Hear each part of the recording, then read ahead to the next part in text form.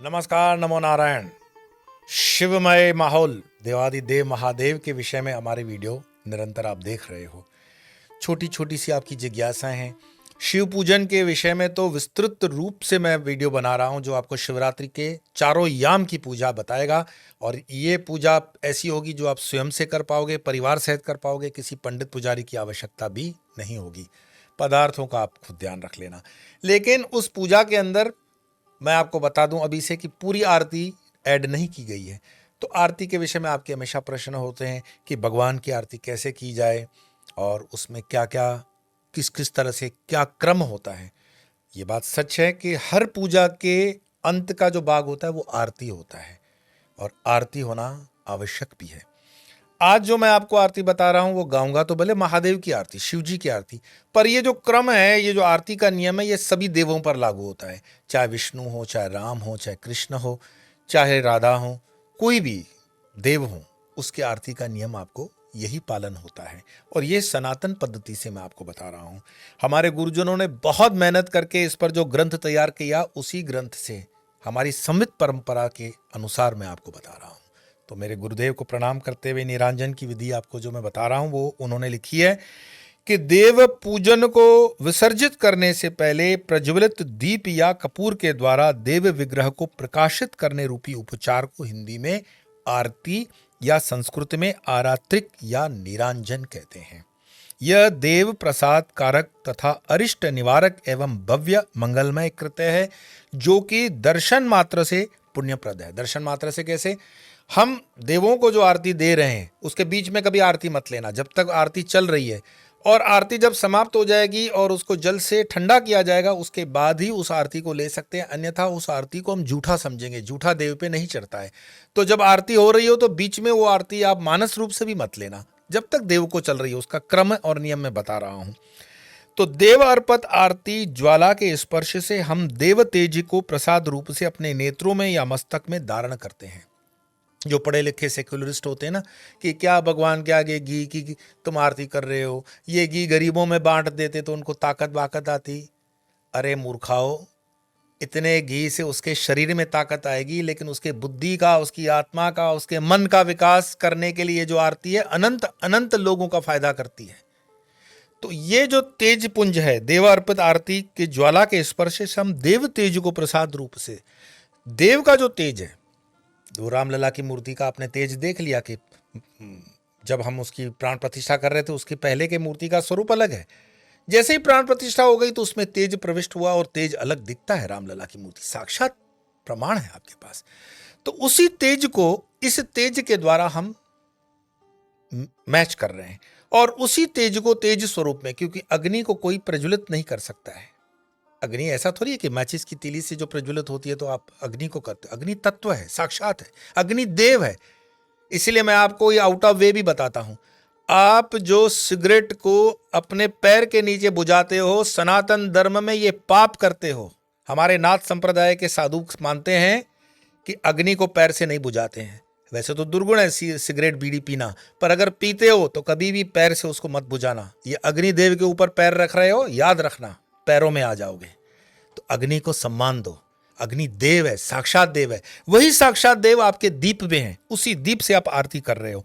तो देव अर्पित आरती ज्वाला के स्पर्श से हम देव तेज को प्रसाद रूप से अपने नेत्रों में या मस्तक में धारण करते हैं।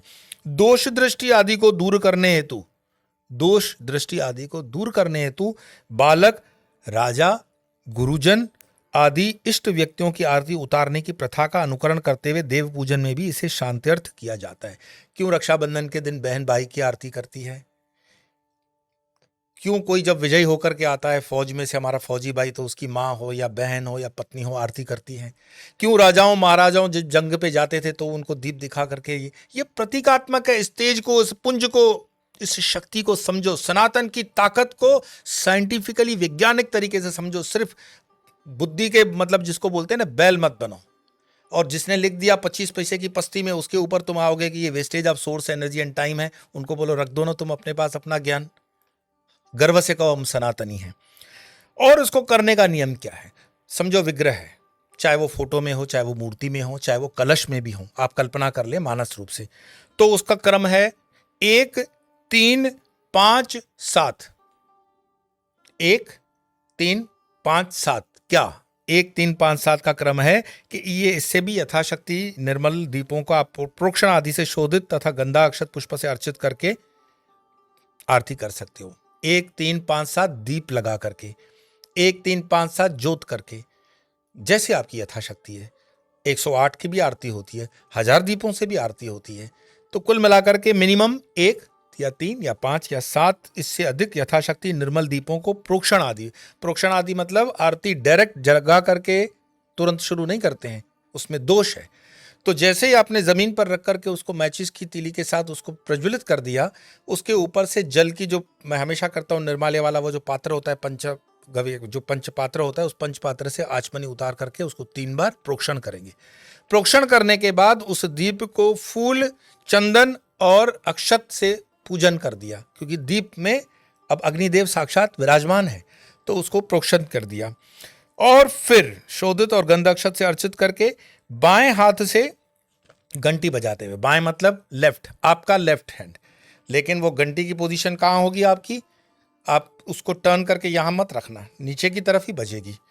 तो बाएं हाथ से आपने घंटी बजाई और दाएं हाथ में वो दीप पात्र को लेकर, दीप पात्र जो है राइट हैंड से लिया, उसको दाएं हाथ में लिए दीप पात्र को आरती करता अपने दक्षिण भाग से वाम भाग की ओर, दक्षिण भाग मतलब राइट से लेफ्ट की तरफ ऐसे आएंगे, ये आरती होती है। कई जगहों पे मैं जाता हूं जहां पे वो एंटी क्लॉकवाइज आरती करते हैं, तो हम तो वहां कहते नहीं, क्योंकि हमारा वो कहने का उस समय मौका नहीं होता। पर आरती करने का जो तरीका है राइट से लेफ्ट होता है, अपने राइट से लेफ्ट होता है। तो वाम भाग की ओर ले जाते हुए उपास्य देव के चरणों में, अब कैसे करोगे, क्रम क्या है, पहले क्या देखते हो, किसी भी घर में मेहमान आता है या बड़े बुजुर्ग आते हैं तो हम उनको प्रणाम करते हैं। अब देव आ रहा है तो उसको क्या करोगे, प्रणाम, तो कैसे करोगे, तो उनके चरणों में 4 बार घुमाओगे, चरण में 4 बार। फिर नाभि देश में आओगे, उसके नाभि देश में आरती लेते हुए कितनी बार, 2 बार। और अब उसके तीसरी स्टेज है मुखमंडल में जाओगे, मुखमंडल मतलब जहां पे उसका चेहरा है, तो मुखमंडल में कितनी बार, 3 बार। तो चरण हो गए, चरण में 4, नाभि में 2 और मुख में 3। अब पूरे विग्रह को 7 बार, ये प्रेम से घुमाना, एकदम जल्दी से घुमाने की कोई जरूरत नहीं है। आरती कर रहे हो तो मन चित से करो, वो है ना भजन, जिस घर में हो आरती चरण कमल चितलाय, तहां हरि वासा करे ज्योत अनंत जगाए। आरती घर में होना अति आवश्यक है। तुम सनातनी हो तो सनातनियों को संध्या में आरती अति आवश्यक है, भले छोटे से दीप से करना। तो 7 बार पूरे विग्रह को आपने घुमा लिया। उस समय मंत्र गान वाद्य आदि का गोष्ठ तो होता ही है, क्योंकि आरती आप चाहो तो ऑडियो पे भी चला लो, खुद बोल सकते हो तो और सुंदर है। फिर पुष्प से दीप की वंदना करके देव की और दीप तेज का संकेत करके बाद में अर्चक स्वयं उस तेज प्रसाद को स्वीकार करता है। लेकिन अगर आपको आरती करने की पद्धति देखनी, सीखनी और समझनी हो तो यूट्यूब पे रामकृष्ण मठ बेलूर में जो आरती होती है उसका क्रम देख लो, आरती करने का तरीका देख लो, उसकी ग्रेस देख लो, वो कैसे आरती होती है, जैसे आरती करने वाला और आरती जिसकी हो रही है रामकृष्ण परमहंस भगवान की, एक लय हो गए। उसकी खड़े होने की भंगिमा देखो, घंटी बजाने का तरीका देखो। और आरती के साथ सिर्फ ऐसा नहीं आरती घुमा करके आरती हो जाती है। रामकृष्ण मठ मिशन में जो आरती परंपरा में सिखाई जाती है कि पहले दीप तो दे दिया आपने कि भाई चरणों में 4 दिया, 2 बार नाभि दिया, मुखमंडल में 3 दिया, 7 ऐसे किया, ये आरती हुई। उसके बाद कर्पूर की आरती होगी, तो कर्पूर की आरती का भी वो क्रम पकड़ा। फिर उसके बाद शंख लेकर के जल की आरती होती है, तो जल दिया, क्यों, इसका एक नियम है, बहुत एक साइंटिफिक रीजन है। फिर जल दे दिया शंख से, फिर उसको वस्त्र पकड़ करके ऐसे इस मुद्रा से वस्त्र पकड़ करके उसको मुंह वगैरह चरण साफ करते हैं, वो मुद्रा है। फिर वस्त्र से पहुंच करके हम चंवर से या मोर पंख से उनको शीतल हवा प्रदान करते हैं, और अन्य प्रतीक चिन्ह जो भी होते हैं, वैष्णवों के अपने होते हैं, शिवों के अपने होते हैं, वो प्रतीक चिन्ह भी उसी समय दिखाएंगे। और अंत में एक ताजा प्यारा सा गुलाब का फूल है, कमल का फूल है, या कोई भी फूल खिला हुआ, वो फूल से भी उनकी आरती करते हुए उनके श्री चरणों में वो निवेदित कर देते हैं। उसके बाद आप आरती लेने के अधिकारी होते हो। ये तरीका है आरती लेने का। तो शिव जी को ये आरती इस तरह से आप करोगे।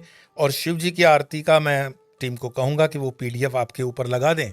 लेकिन आरती शुरू करने से पहले मैं आपको निवेदन करूं कि इंस्टाग्राम के ऊपर जो हमारे रील्स आ रहे हैं वो भी बड़े लाभकारी हैं, आपके ज्ञान का वर्धन करते हैं।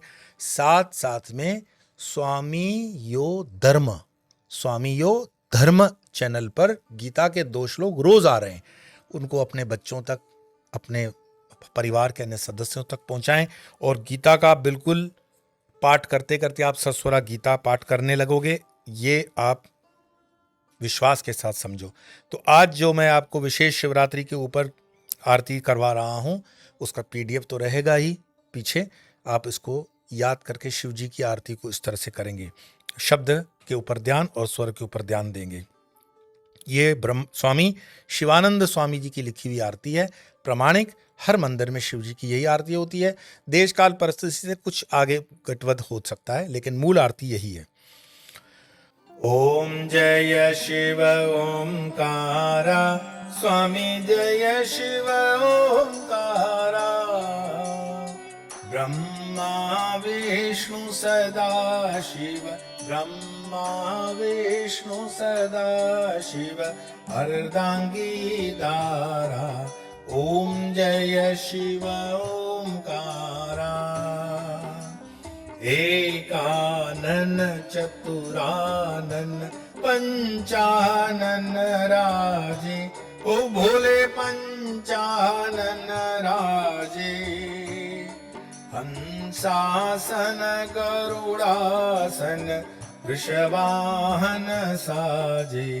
ओम जय शिव ओंकारा। दो भुज चार चतुर भुज, दश भुज तीसो है, ओ बोले 10 भुज तीसो है। तीनों रूप निरखता, तीनों रूप निरखता, त्रिभुवन जन्मो है। ओम जय शिव ओंकारा। अक्षमाला बनमाला रुंडमाला धारी, हो बोले रुंडमाला धारी।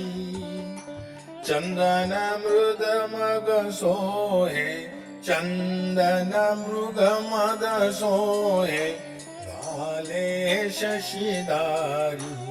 ओम जय शिव ओंकारा। श्वेतांबर पीतांबर बागांबर अंगे, हो बोले बागांबर अंगे। सनकादिक ब्रह्मादिक, सनकादिक ब्रह्मादिक, भूतादिक संगे। ओम जय शिव ओंकारा। कर के मध्य कमंडल चक्र त्रिशूल धरता, हो बोले चक्र त्रिशूल धरता। जग करता जग भरता, जग संहार करता। ओम जय शिव ओंकारा। ब्रह्मा विष्णु सदा शिव, जानत विवेका, हो भोले जानत विवेका। प्रणवाक्षर के मध्य, प्रणवाक्षर के मध्य, ये तीनों एका। ओम जय शिव ओंकारा। त्रिगुण शिव जी की आरती जो कोई नर गावे, हो बोले जो कोई नर गावे। कहत शिवानंद स्वामी, कहत शिवानंद स्वामी, मन वांछित फल पावे। ओम जय शिव ओंकारा। ओम जय शिव ओंकारा, बोले जय शिव ओंकारा। ब्रह्मा विष्णु सदा शिव हरदांगी दारा ओम जय शिव ओंकार। ये त्रिभुवन के 3 शिवों की, जिसमें ब्रह्मा विष्णु महेश की पूरी महाराज जी ने कल्पना करके उसमें रखा है। ब्रह्मा के, विष्णु के, महेश के तीनों गुण आते हैं। ये आरती अपने आप में परिपूर्ण है।